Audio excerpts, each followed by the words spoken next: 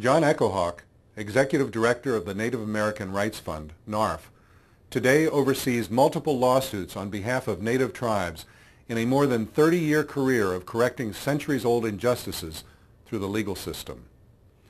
NARF, a nonprofit organization located in a rehabilitated fraternity house in Boulder, Colorado, provides legal representation and technical assistance to Indian tribes, organizations, and individuals nationwide, a constituency that has historically lacked access to the justice system. Echohawk has been with NARF since 1970 and served as executive director since 1977. Born and raised in New Mexico, John Echohawk is a member of the Pawnee tribe of Oklahoma. From a family that emphasized education, he is one of 3 siblings out of 6 that grew up to be lawyers. After attending Farmington High School, he received his BA from the University of New Mexico at Albuquerque and was the first graduate of the University of New Mexico's special program to train Indian lawyers. He was a founding member of the American Indian Law Students Association while in law school. His years of study coincided with a time of national tumult and social change, when the inequitable treatment of African Americans and other minorities, including Native Americans, was coming into vivid focus. His studies also coincided with a crucial period in federal Indian relations, when the federal government had been systematically dismantling reservations through legislation. The Ford Foundation, which had also assisted the National Association for the Advancement of Colored People, issued a grant to California Legal Services for an Indian Legal Defense Fund. From this, the Native American Rights Fund was formed. The organization was then moved to Colorado to be more central to the tribes it represents. In his years with NARF, John Echohawk has worked with tribes throughout the lower 48 and Alaska on crucial and often contentious issues of natural resources, tribal sovereignty, human rights, and ancestral burial grounds. His rule of thumb is, never give up. Twice recognized by the National Law Journal as one of the 100 most influential lawyers in the United States, Echohawk has opened doors and forged many alliances in his work for Native tribes. One of the boards on which he serves is the National Resources Defense Council. He believes that Native Americans and environmentalists ought to be natural allies. He also serves on the National Committee for Responsive Philanthropy and the National Center for American Indian Enterprise Development. In 1995, he was appointed by President Clinton to serve on the Western Water Policy Review Advisory Commission. One of the most sought-after experts on Indian issues, John Echohawk has received numerous awards over the years, including the Spirit of Excellence Award from the American Bar Association. On behalf of the Native American Rights Fund, he accepted the 7th Carter Menil Human Rights Prize in 1992. Echohawk has been married almost 40 years to his wife, Catherine, whom he met in Farmington, where the two grew up. He has one son, a scientist at the Los Alamos Laboratory in New Mexico, and a daughter who works at the American Indian College Fund in Denver, helping Indian colleges grow. John and Catherine Echohawk also enjoy spending time with their grandchildren. The Institute for Tribal Government interviewed John Echohawk in Portland, Oregon, July 2002.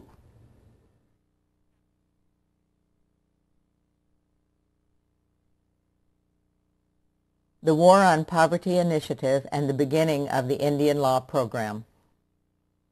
I was one of the participants in the first Indian law program started by the federal government to develop some Indian attorneys that had been realized by the federal government at that time through their Office of Economic Opportunity, the war on poverty that occurred during the 1960s. That there were only a handful of Native American attorneys across the whole country, and that perhaps one of the best strategies to try to fight poverty in Indian communities was to get some Indians who were professionals like doctors and like lawyers. I checked with the University of New Mexico Law School for scholarship assistance, and they told me that they had just contracted with the federal government to start this Indian law scholarship program. So I was just in the right place at the right time, and accepted one of these scholarships and became part of the first class of Indian law students to start studying law under this new federal initiative. The impact of the social movements of the 1960s on Echohawk's life work. The civil rights movement was something that I was able to put into context by going to law school. Of course, I learned about the legal process and how that system works, and basically I found that through the use of law in litigation that people could have their rights recognized and enforced, even though they were politically unpopular. And that's what was happening during the civil rights movement. The courts were doing cases that provided equal protection and equal treatment for African Americans in this country for the first time. And even though that was not politically popular, this is what was required by the laws of this country if there was to be equal treatment of all people in this country. And so I saw how that happened through the use of the litigation process, and when we started thinking about how that impacted Native American people, we saw that we needed to utilize that same strategy. There had never been Indian law taught in the law schools, and so the professors started pulling together the materials relating to Indian treaties and federal statutes relating to law, and the treatises that had been done on Indian law. And so the first time there was a body of materials that could be studied about Indian law. And when us Indian law students started reading that, we saw that our tribes had substantial rights in the treaties and in the federal laws that were really going unenforced. And the reason that was happening is because this legal process requires you to have attorneys to assert and protect your rights, and if you don't have attorneys, then it doesn't matter what it says in the treaties and the statutes. You don't have any rights. The tribes did not have lawyers because they didn't have any money. They were poor. And so we knew that what needed to be done was to get lawyers for tribes to assert these rights that tribes had. And that's when we decided that we needed to start the Native American Rights Fund, a nonprofit organization that would raise funds, hire lawyers, expert in Indian law, and make them available to the tribes around the country. We knew this would be something that would be beneficial, because we had seen at the same time we were in law school the start of civil legal services programs funded by the federal government being put out into poor communities around the country so that poor people could have lawyers. And some of these programs were started on Indian reservations. Of course, the federal government didn't have enough money to put legal services lawyers on all the reservations, so it was really present on only a few of the reservations. But where they were active, they were able to do many things in terms of enforcing Indian laws for the benefit of Indians. So we saw the formation of something like the Native American Rights Fund as being able to take the provision of legal services to tribes on a national basis and help many more people. Native American Rights Fund attorneys modeled their efforts on the NAACP in building up their organization. Well, again, we learned from the civil rights movement how that was done. We looked at where the lawyers for the African Americans was coming from that brought the civil rights litigation. And their counsel most of the time was the NAACP Legal Defense and Education Fund. And that was a nonprofit organization that raised money and then hired lawyers to represent these African Americans in these important civil rights cases. And the funding, primary funding for that NAACP Legal Defense and Education Fund came from the Ford Foundation in New York City. So we made contacts with the Ford Foundation in New York City and started discussions about forming a national legal defense fund for Native Americans, and they were interested and ended up making a grant then in 1970 to start the Native American Rights Fund in that same model as the Civil Rights Organization for the Blacks that provided the counsel. We began as part of the California Indian Legal Services, one of these federally funded Indian Legal Services programs I talked about, and we were a project of that organization for a year until we were able to incorporate separately and establish our national headquarters in Boulder, Colorado. The priorities of the growing Native American Rights Fund. Well, we started with the three-lawyer program, but we quickly got overwhelmed by requests for assistance from throughout Indian country to help, and with that we sought additional funding that came through from different foundations and the federal government through this legal services program, and we were able to expand in a very short time to a staff of about 15 attorneys, and we were able to do a wide variety of cases under the direction of an all-Indian board of directors that established as priorities cases relating to the protection of our tribal sovereignty, our existence as tribal governments. Secondly, the protection of our natural resources, our land, our water rights, our hunting and fishing rights. And thirdly, protection of our human rights, our rights to cultural and religious freedom and expression. The historic Menominee termination case. And one of the first cases that we undertook was to try to reverse the federal Indian policy at that time, which was one of termination of tribes. The federal government had decided that the best policy for tribes was to quit being Indians and to have their tribal governments terminated and to be forced to assimilate into the larger non-Indian society. And this was the existing federal policy at the time when the organization was founded in 1970.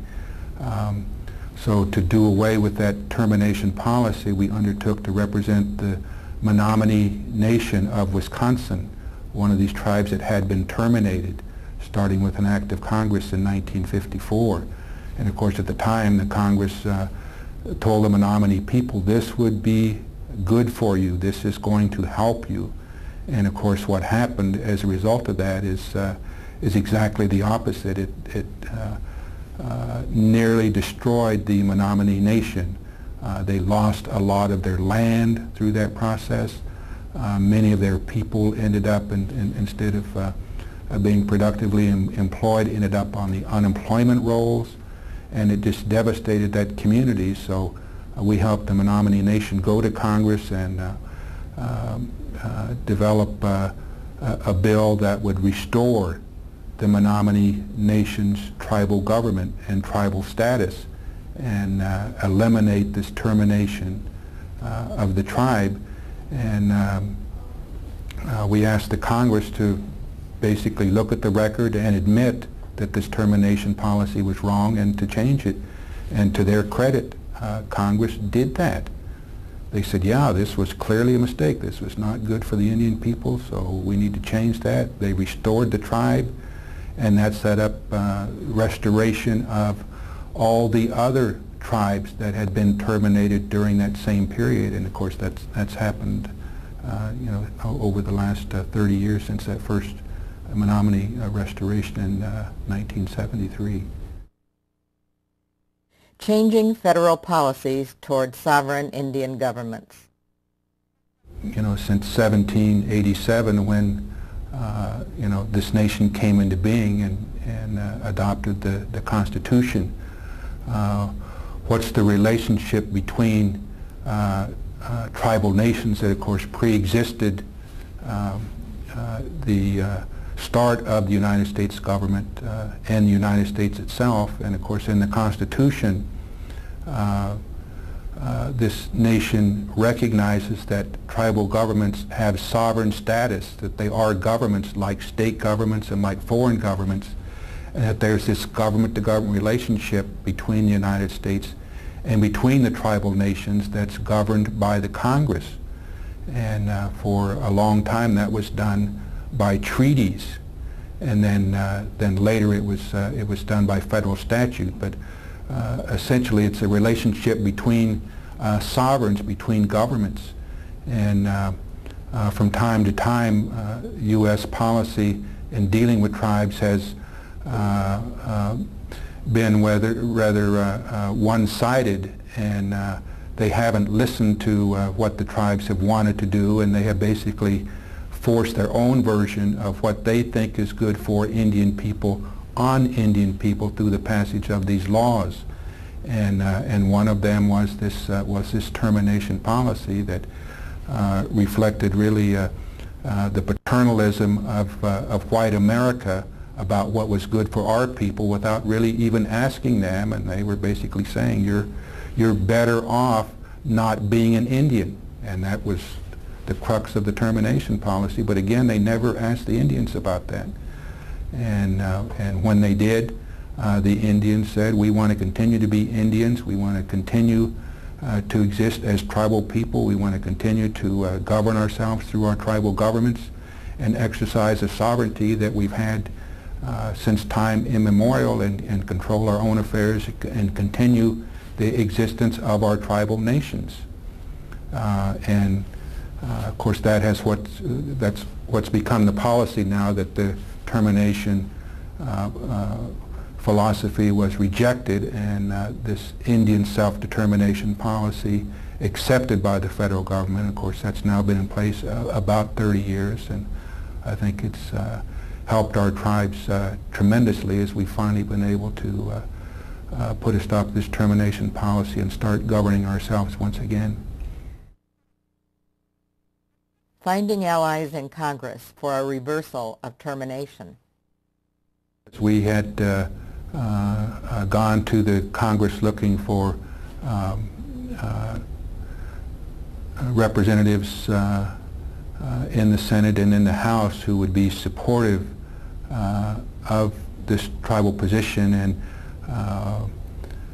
it's been so long ago I can't remember all of the players, but there were some champions there that came through for us. I think on the Senate side, Senator Aberest from South Dakota was very helpful in particular, and on the House side, Congressman Morris Udall from Arizona was very supportive as well. But Indian people generally have been able to rely on champions like that, beginning in the 70s and into the 80s and through the 90s and here into the new millennium too, to basically stand up and fight for tribes and support their rights under the laws and Constitution of this country. The unique situation and challenges of Alaskan villages and tribes. Well, I mentioned this termination policy that had been in place.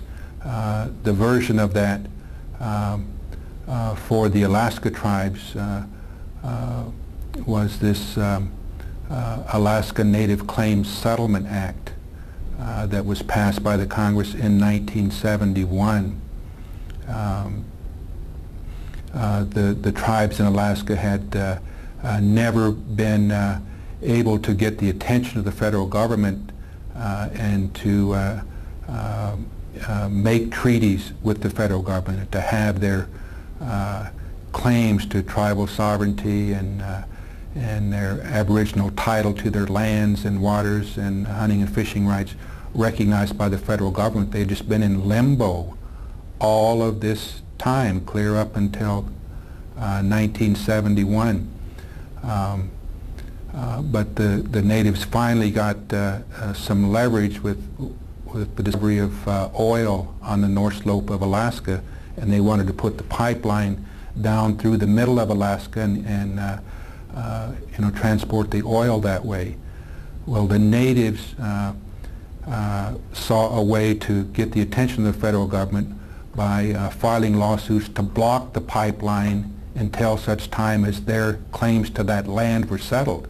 That was their aboriginal land, and the Congress refused to deal with that issue. But when the natives threatened to stop the pipeline through this lengthy litigation, then Congress finally was forced to deal with land claims of tribes in Alaska, and that resulted in the Alaska Native Claims Settlement Act of 1971. The tribes came away with recognition of title to land of about 44 million acres, about 10% of Alaska, and about $1 billion in compensation for their other claims. But the strange part of the legislation was that this land and money did not go directly to the tribes. Congress, again in the final stages of this termination period, in an experiment, set up native corporations and put the land and the money into native corporations, and the natives became shareholders of corporations, and so their land and money was held in a different way than tribes in the lower 48, where it's held by tribes. What that left open then was whether tribal governments had jurisdiction over that land in the same way that tribes have jurisdiction over their land in the lower 48. Is that Indian country over which tribal governments can assert jurisdiction? Since it's not owned by the tribe, it's owned by these corporations that are owned by the individual tribal members. That was the question presented in this case brought by the native village of Venati, where they sought to generate some revenues to support their tribal government by imposing taxes on people who lived and worked on their land. And some of those people were non-Indians, and they challenged the authority of the Venati tribal government to tax them, saying they didn't have authority to do that. And the question was, is this Indian country just like in the lower 48? And even though we won the case in the lower courts, the Supreme Court reversed our victories and held that there is no Indian country jurisdiction in Alaska, that the fact that these lands are held by native corporations and not tribal governments makes a difference, and that we have no tribal authority over our lands in Alaska because of this corporate status. The impact of the Supreme Court reversal. Well, what it means is that the tribes in Alaska don't have the same authority over their lands as the tribes in the lower 48, and that means they're under state jurisdiction, and with tribal governments being a distinct minority in Alaska, they have difficulty controlling what happens in their own communities on their own lands, and this is something that they want to correct, and they've started discussions with the state of Alaska and with the Alaska delegation about this, and they've started to make some inroads in getting the authority of Alaska tribal governments over their lands addressed. So even though the case was lost, it started a discussion and a dialogue up there that started to result in change, where tribal governments in Alaska are starting to be recognized as having the same powers and authorities over their lands as the tribes in the lower 48. So again, it's another comeback from this termination policy that had plagued us for so long.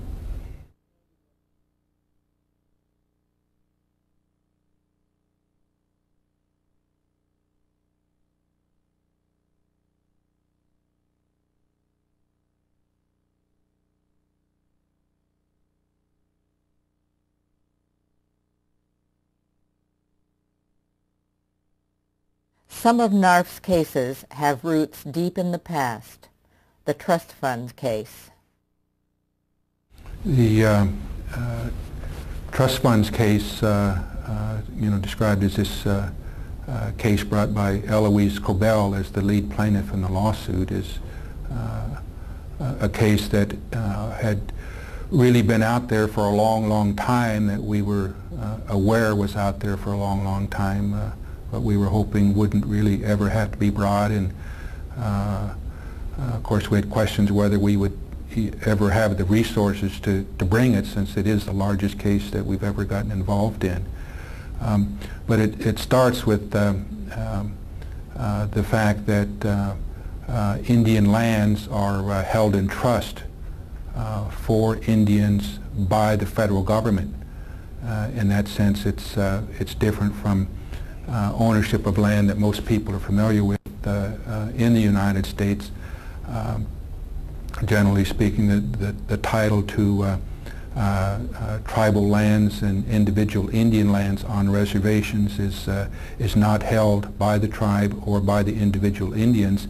It is held by the United States, but it's held in trust for the benefit of the tribes or the individual Indians. And that makes the federal government a trustee.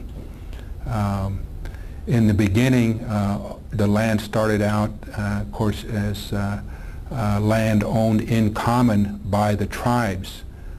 Initially, that was the way that the federal government and the tribes established their relationship.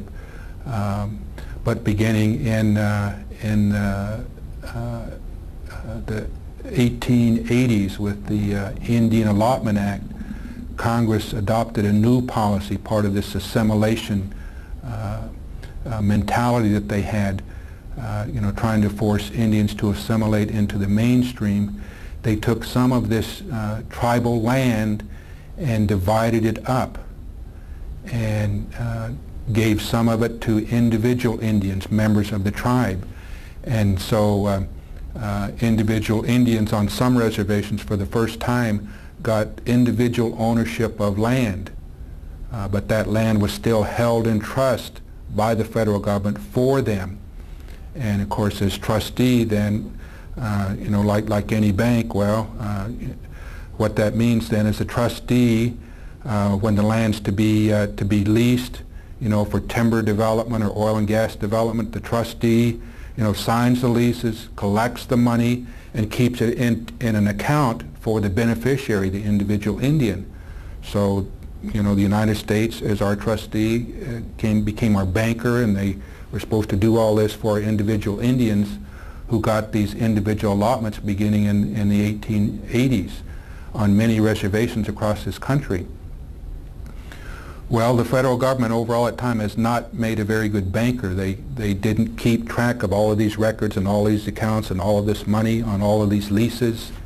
And this became evident pretty early, beginning in the early 1900s. There were starting to be reports of how the government was not managing these individual Indian money accounts for all these individual Indians that had these leases that the federal government was administering, and complaints were made to the Congress and to the Bureau of Indian Affairs, and unfortunately nothing was done about them.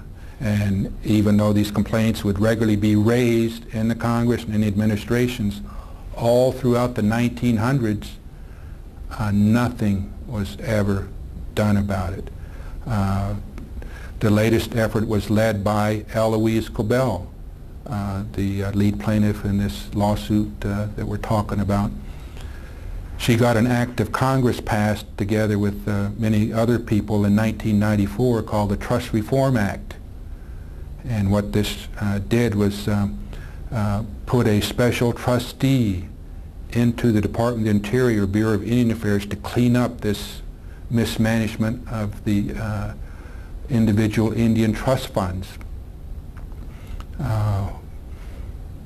Well, it turned out to be politics as usual, because promptly after 1994, the administration never asked for any money to implement this law, and Congress didn't give them any, didn't provide any itself. So everybody passed this law and kind of promptly forgot about it. So it was business as usual. So we made a determination at that time that the Indian trust funds mess was never going to be resolved politically by the Congress and by the administrations, that we had to enlist the aid of the federal courts to do that and to enforce this clear federal trust responsibility and make them account for all of this money for these individual Indians that everybody knew had been mismanaged, but nobody was ever going to fix it. But by enlisting the aid of the court could enforce the trust responsibility and make the Interior Department reform the trust and do an accounting. That's what we asked for in the lawsuit that was then brought in 1996. The courts have responded magnificently. They've read the law. They see that the Congress has accepted this role as trustee through the enactment of all these laws relating to our people, that the federal government has a clear responsibility that has to be carried out by the Interior Department, and the department owes all of these individual Indian money account holders, now estimated to be as many as 500,000, an accounting of their funds going back, to the 1880s. And the federal government has resisted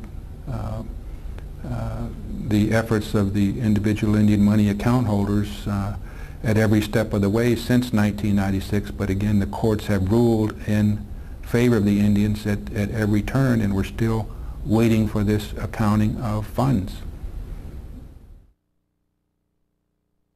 The conditions of Indian tribes and the obligations of the federal government.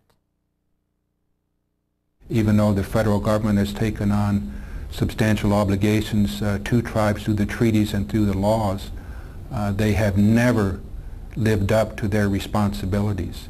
That's why we've got such poor social and economic conditions on Indian reservations. We're at the bottom of the ladder on virtually everything. We've been able to make substantial inroads into that in the last 30 years during the self-determination policy, when we've taken more of the control ourselves, but still we have a lot of catch-up to do. There's not only neglect in the management of the trust funds of individuals and of tribes, but in education, in health, in roads and infrastructure on Indian reservations, jobs, income, whatever it is, we're at the bottom of those statistics, and much of it is due to the fact the federal government just has not provided the assistance and support that they promised the tribes through the treaties and through the statutes. Much of that comes down to the appropriation process, where Congress appropriates money to carry out the treaties and its responsibilities. And even though all of our tribes have worked very hard to get the necessary appropriations to implement those laws, we just haven't been able to get the kind of funding that we need, and that's why tribes, through the exercise of their authority as tribal governments, have worked so hard in developing their economies and prioritized economic development, because unless we're able to provide for ourselves, it's unlikely that the conditions on our reservations are going to change very much, because the Congress, the United States of America, just has not done a good job of fulfilling its responsibilities to Native people. The public is informed about trust funds mismanagement, but the problem continues. I think this case has gotten a lot of widespread publicity across the country. We've worked very hard at doing that, hoping to be able to force the federal government to enter into negotiations with us and settle this case. But all of that exposure has really not worked in the sense that the federal government continues to resist, continues to deny that it has any responsibility for the mismanagement of these funds, and continues to resist this at every turn. But thankfully we have the support of the federal courts, and I think it's one of the most difficult cases they've ever had, trying to force the executive branch of government to do what they're supposed to do, which is to follow the law. And it's gotten so bad now that we've asked the court to hold federal officials responsible for the trust reform in contempt of court for not complying with court orders, and to put these officials in jail and assess fines against them personally. And we've also asked the court to basically take these responsibilities away from the Department of the Interior on a temporary basis, and to have the court appoint a receiver that would carry out the trust reform under the jurisdiction of the court until such time as we got it fixed, and then got the Interior Department people trained in how to administer that trust, and then turned it back over to them once they demonstrated they're able to do it properly. These are extreme measures, but again, they're prompted by the fact that there has been extreme reluctance on the part of the executive branch to carry out the law of this country. What the injustice over trust funds has meant for tribal people. Well, we think as a result of the shoddy mismanagement of these Indian trust accounts, that our people over the generations have really been defrauded and have lost a lot of the money that was due them under these leases that were being managed by the federal government. And of course, interest is due on all of that money that we should have had too. So as Eloise Cabell likes to talk about, she thinks a lot of the wealth that our people had in these lands has been dissipated, lost by this mismanagement. And if we had had that money, the conditions of our people over the last few generations would have been better. But that should be made up by this accounting when we, I think, basically determine that there have been billions of dollars that have been lost through that process, and together with interest, there are billions that are owed to these account holders. And that's the part of the case that we're pressing forward on right now in 2002, the next phase of the case after we get this trust reform effort underway to stop the bleeding, to fix the system now, and that's to get to the accounting part of the case and to have a trial on that issue and establish that there should be billions of dollars in these accounts, and the accounts should be restated to reflect that. Like I said, we didn't expect it to go on as long as it has. We thought the federal government would use this as an opportunity to settle what's clearly been recognized a long time as a mess. How John Echohawk has maintained the strength of his commitments for more than 3 decades. As a lawyer with tribal clients, I take those responsibilities seriously, and represent my clients to the best of my ability. And it's very interesting work, very rewarding work. We haven't been able to win all of these cases, but we've won a substantial number of them, and I've seen where that's made a difference in our Indian communities as we've talked about the change in Indian policy from termination to self-determination here over the last 30 years, and the gradual improvement of social and economic conditions amongst our tribes. Even though we've got a long way to go and we're still pretty bad off, it's a lot better than it used to be. So it's been rewarding. I see, the kind of work that I'm doing is something that really falls to each generation of Native people in this country. Reading the history of our people and all of the legal and political struggles they've been through since the founding of the nation in 1787, and even before then, each generation of Native people has had these issues that they've had to deal with. What's their relationship, with the United States, and what kind of conditions are they going to be living under today, and what power do they have as tribal nations to impact that? And these are issues, again, that past generations have had, that our generation now has, and the future generation of Native American people are going to have as well. And I think that's why it's good to have programs like the Institute for Tribal Government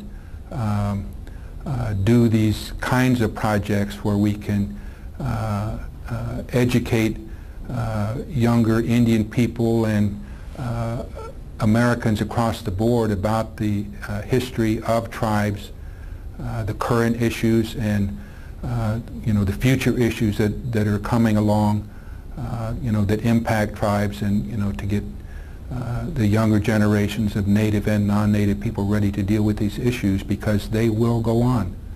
The status of Native American people in this country has always been an issue in this country, and it will always continue to be an issue in this country. The preservation of Native religions and culture. Well, our people are not only governments, nations, but we're also people with different cultures and religions, and that's, I think, the most important thing to our people, is to continue to live the way that we were brought up by our mothers and fathers, and our ancestors before that, and to be able to follow the traditions and cultures and religions of our people, and having this sovereign status as nations, as governments, allows us to do that, to be able to make decisions that protect our tribes, our ways of life, our cultures, and our religions and traditions. So along with protecting this governmental status, we want to make sure that we can protect our culture and religious rights as much as possible. That's why this is one of the priorities that we've worked on at the Native American Rights Fund over this time. One of the areas we worked in quite a bit has been in the religious freedom of Native Americans. So many people in this country don't understand that many tribes have their own religions, and in our view, these religions are entitled to the same protection in this country as other religions. But so many people just do not understand, first of all, that we have our own religions, and then two, they have trouble understanding that these religions ought to be accepted and protected on the same basis as other religions in this country. So we've done a lot of work on that concept. The Congress passed the Indian Religious Freedom Act in 1978, which was a declaration of policy intended to help all Americans understand that Tribes do have their own religions and they're entitled to the same respect as other religions, but actually getting that implemented across the board has been difficult, and there's been many cases on that. We've been involved in a number of them, and it's still a very difficult and contentious issue. Protecting Native Sites, the Native American Graves and Repatriation Act.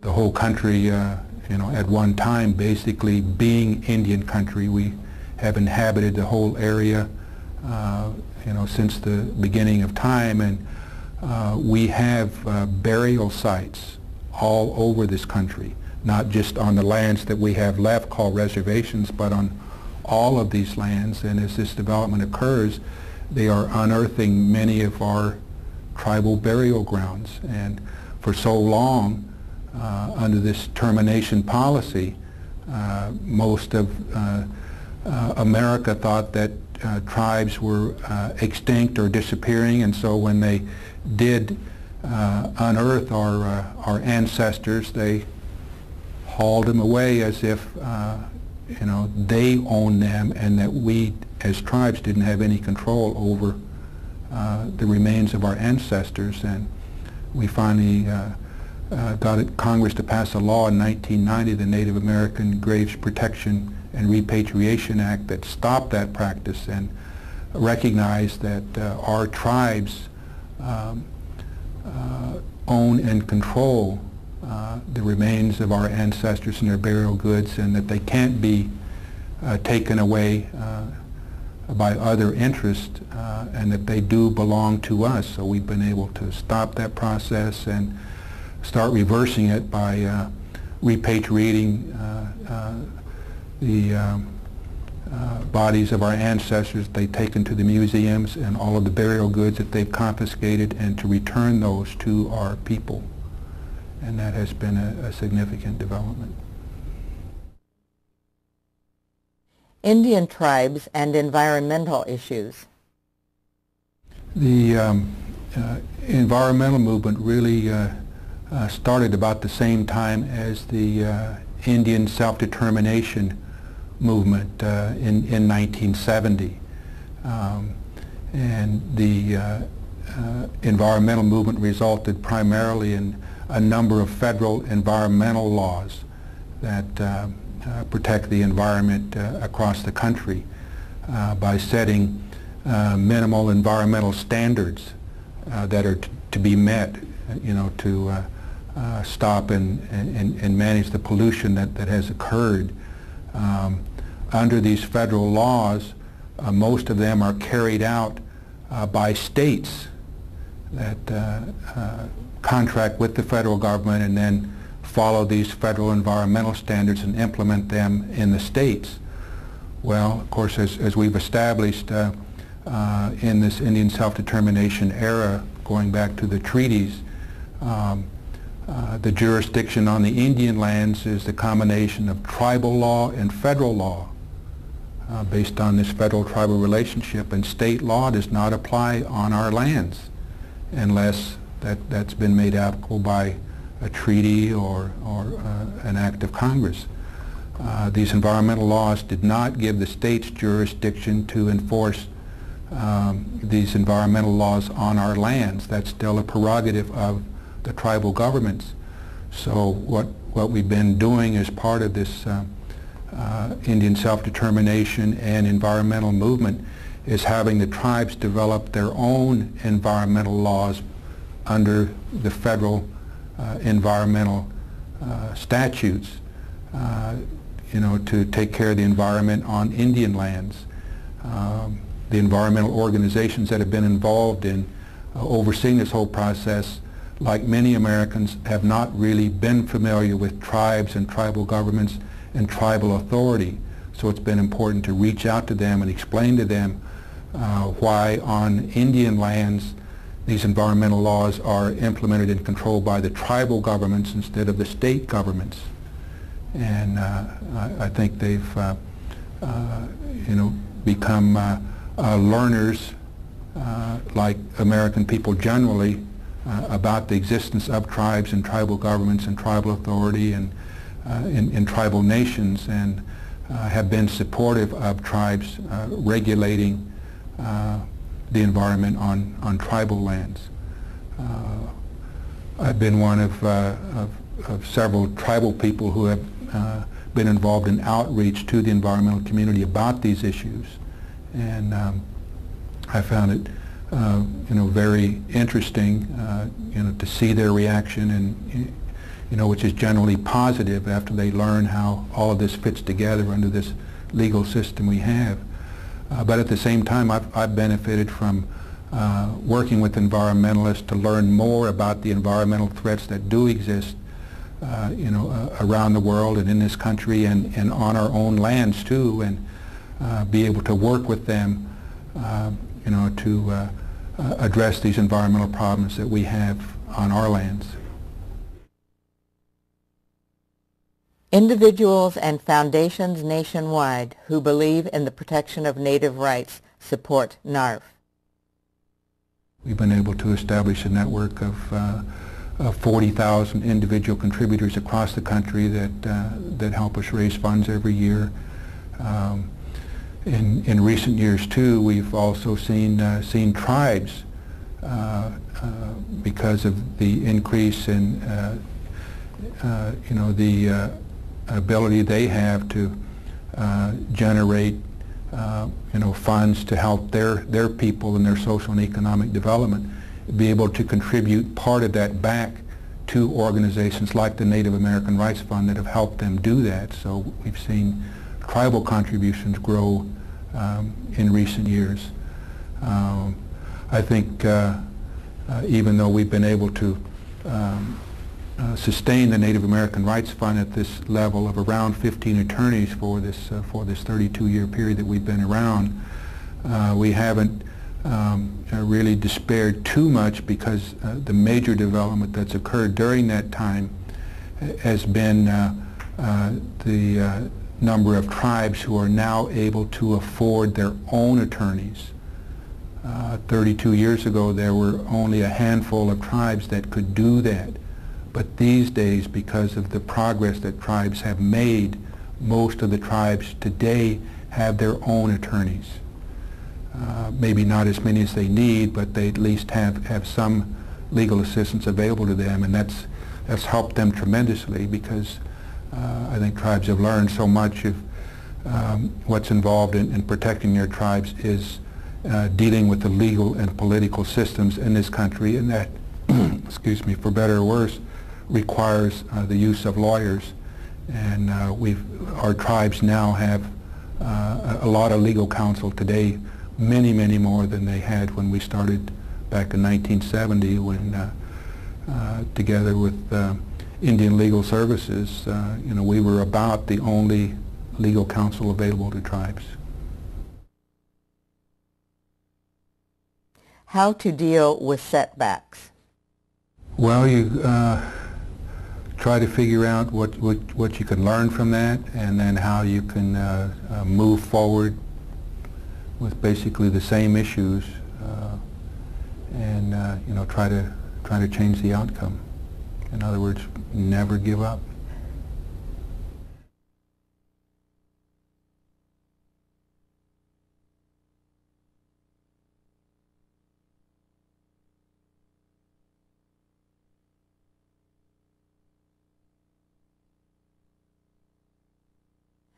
Never giving up. Using the cases to educate the public. I think really a process of starting with the United States Constitution, which is to say, you talk about the American system of government and how tribes fit into that system. Even though that's really very basic, so many Americans don't really understand that.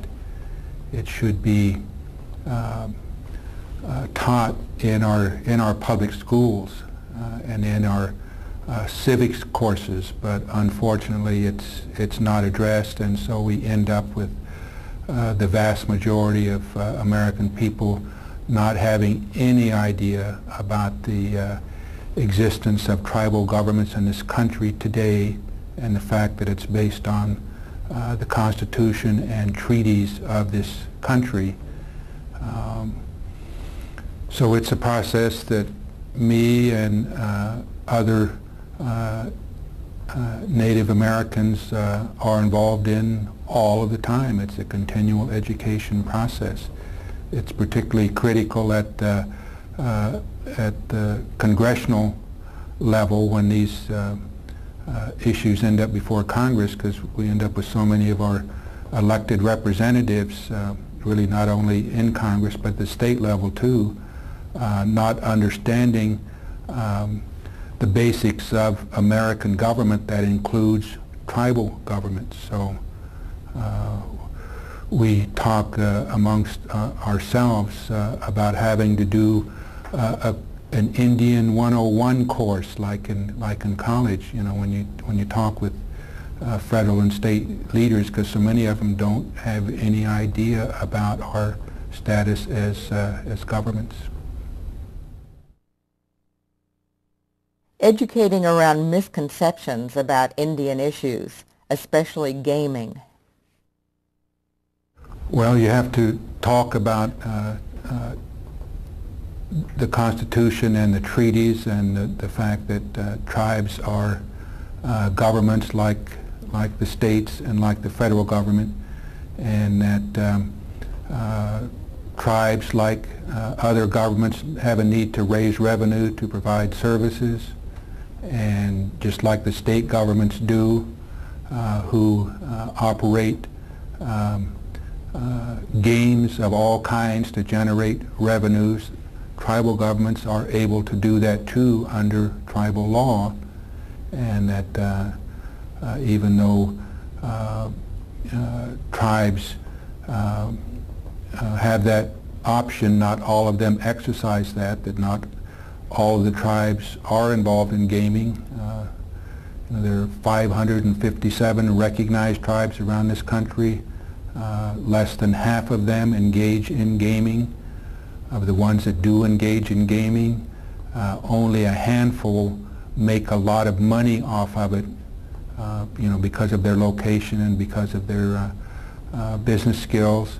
The rest of them have fairly marginal operations, but the revenues that are generated provide services for their Indian communities, and very few Indians get these per capita checks that, you know, some people think we all get, and that we're all rich, and that's just not the case. And again, it's a continual process of educating people about that, because some of them pick up the wrong information, get the wrong impression about things. So it's a continuing education campaign that many of us are involved in. How tribal governments are impacted by the federal budget emphasis on national security. So much of the budget has started to be deferred over to these national security issues, and what that's meant is that the difficulties we usually have trying to get appropriations for Indian programs are made even more difficult by you know, this competing priority of funds for national security. That it's made things even tougher, and we're seeing that in this appropriation cycle now. We're barely able to have appropriated the same funds that we had appropriated last year, you know, before this national security crisis hit. It's very, very difficult, very tough going to ask for increases in all these programs that are woefully inadequate to start with. The most beneficial piece of federal legislation for tribes in the past 30 years. I think it has to be the Indian Self-Determination Act of 1975, because that really implemented this Indian self-determination policy that we had all been pushing for, and got Congress officially on board that concept and what it means. It was really a change in Indian policy, because under the old termination policy that, of course, self-determination replaced, the thinking of the federal government and the policymakers was that Indian Affairs were to be managed by the Bureau of Indian Affairs and the federal government on our lands until such time as we were able to manage for ourselves, and when that happened, then we would be terminated, and the federal government through the Bureau of Indian Affairs would leave the reservations, and our tribal governments would be eliminated, and we would come under the authority of the states. That was their prescription for us. But with the self-determination era, what happened was we would accept the Bureau of Indian Affairs leaving the reservations or taking a back seat on the reservations, but what would come forward was the tribal governments. And that's been the biggest development here over the last 30 years. It's been the growth of modern tribal governments, where our tribal institutions have stepped up and began governing our reservations in place of the Bureau of Indian Affairs. The Self-Determination Act facilitated that by providing the funds that usually went to the Bureau of Indian Affairs to govern our reservations, and to get those funds over to the tribal governments so the tribal governments could govern our reservations. Planning for the struggles ahead in light of recent Supreme Court decisions. Well, the Tribal Sovereignty Protection Initiative is an effort by tribal leaders across the country to address what I think is the biggest threat to Indian country today, and that is the big change that we have seen in the decisions of the United States Supreme Court as they affect Native American rights. Throughout this whole 30-year period we've been talking about, tribal progress has been driven by and large by favorable decisions of the United States Supreme Court upholding tribal rights in this country. In the last 10 years or so, that has changed dramatically as the makeup of the Supreme Court has changed and it's become more conservative. Now the tribes lose virtually every case that goes to the Supreme Court. It used to be that they would take cases that we lost in the lower courts and decide them in our favor, or take the cases that we won and affirm them in Supreme Court opinions. But anymore what they do is take cases that the tribes have won in the lower courts and then reverse them and come out with new interpretations, limiting interpretations of tribal rights.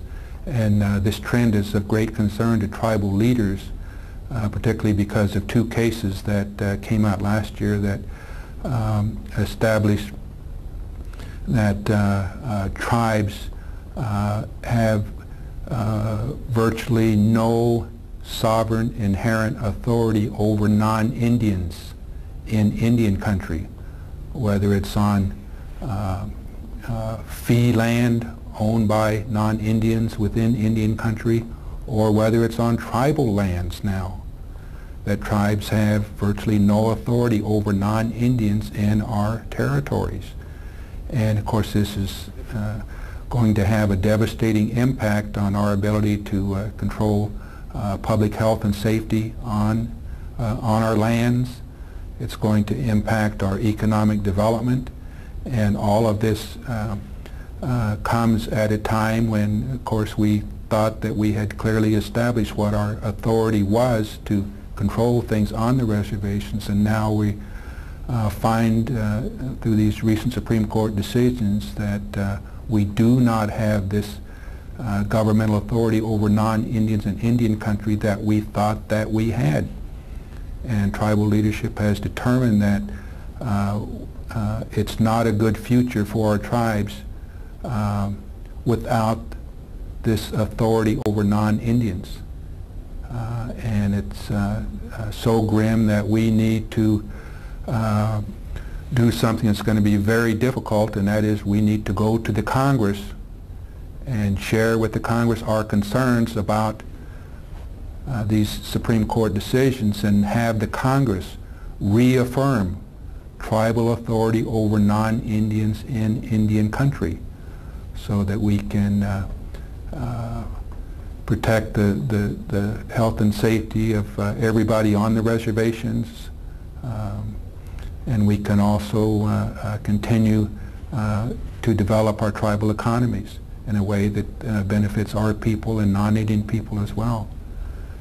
This is going to be a very difficult issue because it raises, of course, the basic question of the status of tribes in this country and their authority in this country, but it's something that we have to do because the Supreme Court has basically decimated the tribes in terms of their authority over non-Indians on the reservations. We understand that the concern of the Supreme Court primarily has been how the tribal governments treat non-Indians as they exercise authority over them, particularly in our tribal courts. And the laws relating to the tribes basically empower those tribal courts in past years to decide these issues relating to non-Indians, but the court has withdrawn that authority now because of their concern that these tribal court decisions are not subject to review by the Supreme Court, by the federal courts.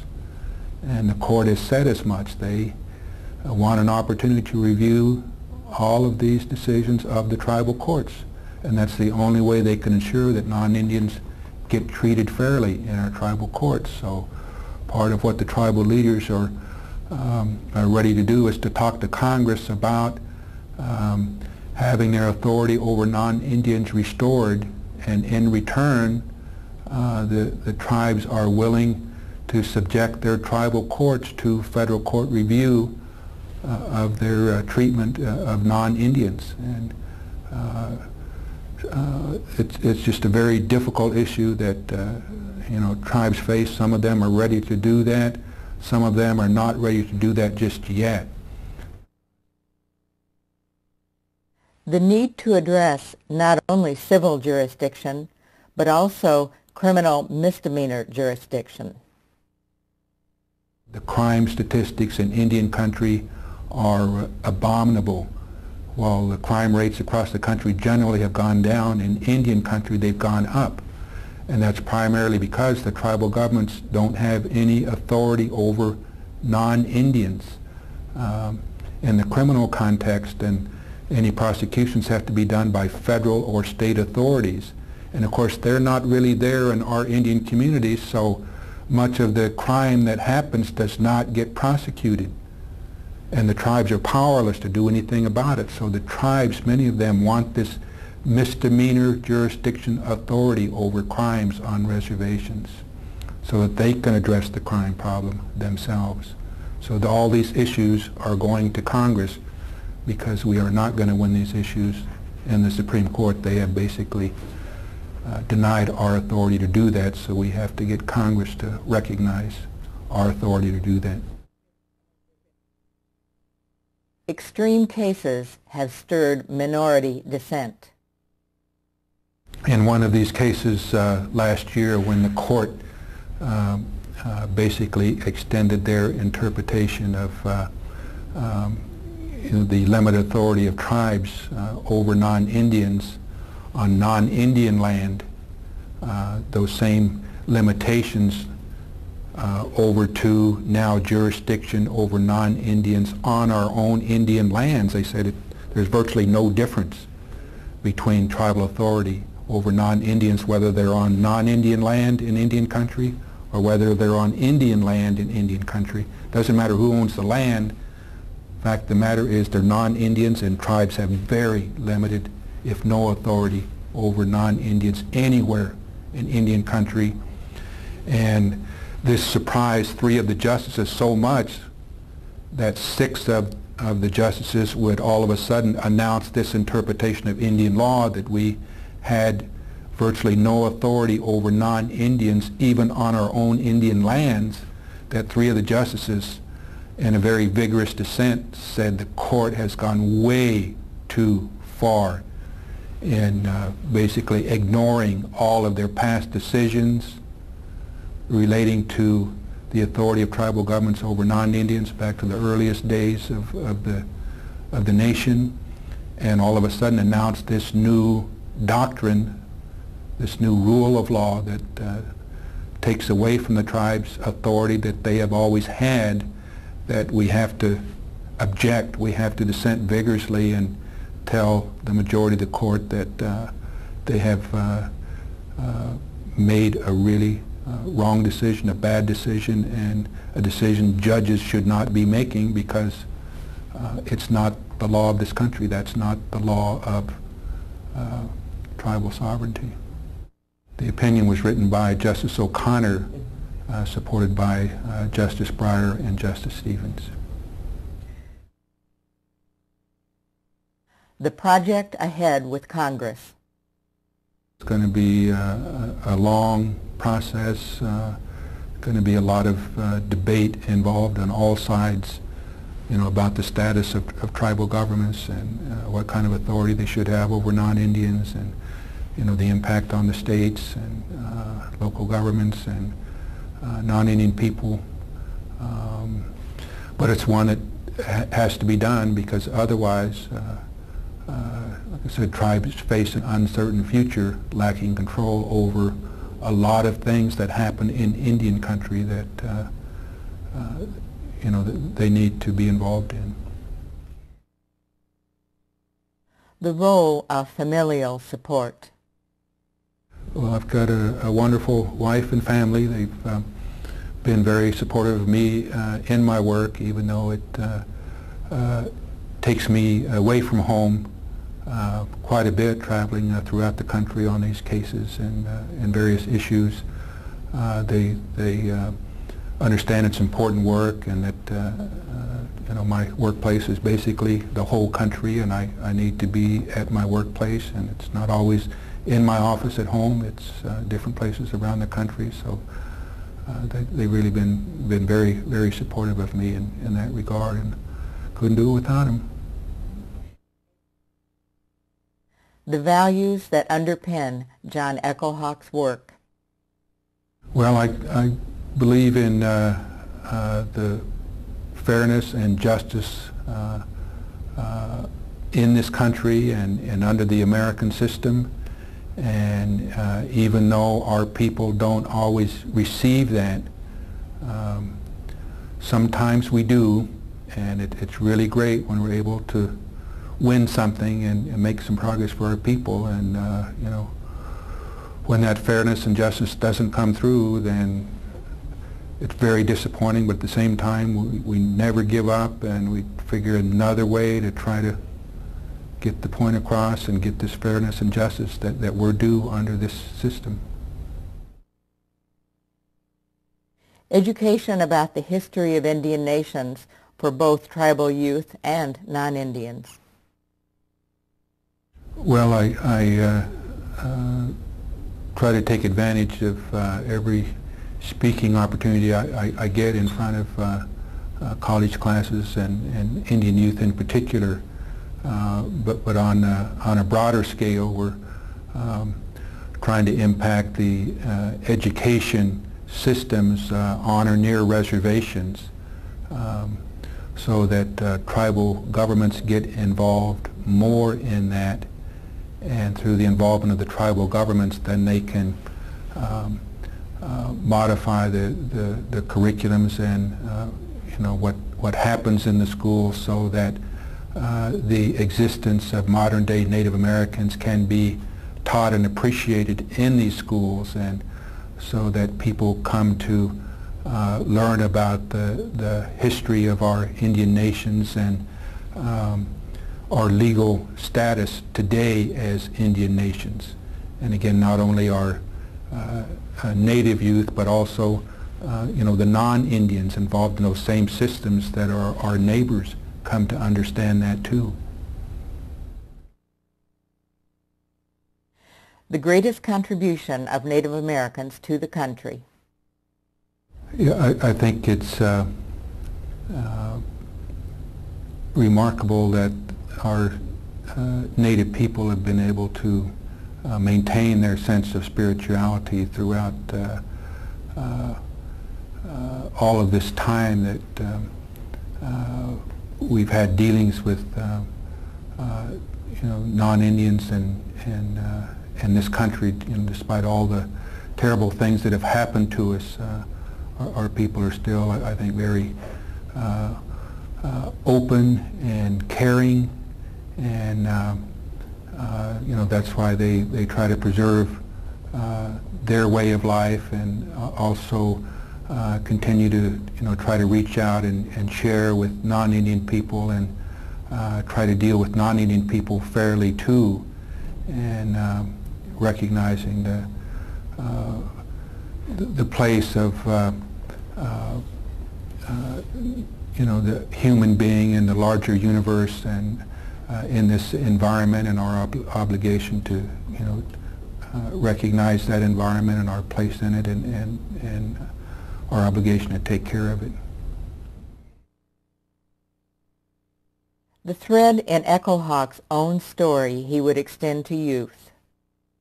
Well, I think the same thing that my parents ingrained in me and my brothers and sisters, that education is important.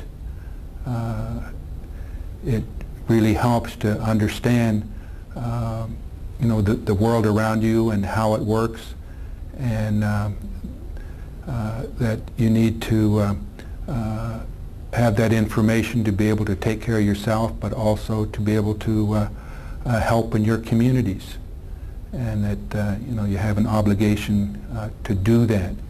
And our youth, sooner or later, at some point in their lives, will come to understand those things. And I think the earlier they understand that they need this information, they need this education for themselves and for their families and communities, the better off they will be. So many of them resist the idea of education, but I think once they see how it helps them personally and how it helps their families and communities, the better off they're going to be, and I think the easier it will be for them to open up and be receptive to educational opportunities. The legacy Echohawk and his generation will leave. I think I was raised in an era where I'm part of the first generation of Native American people who became professionals in this country, lawyers and doctors, and were able to use that knowledge then for the benefit of our people in a way that never had been done before. I think the assumption was always if our people got educated, then we would be like white people, and that has not proven to be the case. All of us have used the knowledge and education that we've gotten to benefit our people in our own terms, and to continue our Indian ways. And I think that has really surprised the American culture in generally, and has basically given our people a future where we see that our tribes are going to be able to exist in perpetuity. The Great Tribal Leaders of Modern Times series is available for educational purposes for tribes, schools, and colleges. Write or call Institute for Tribal Government, Post Office Box 751, Portland, Oregon 97201, 0751. Phone 503-725-9000. Fax 503-725-9000. 828-878-8250. Email tribalgov@pdx.edu.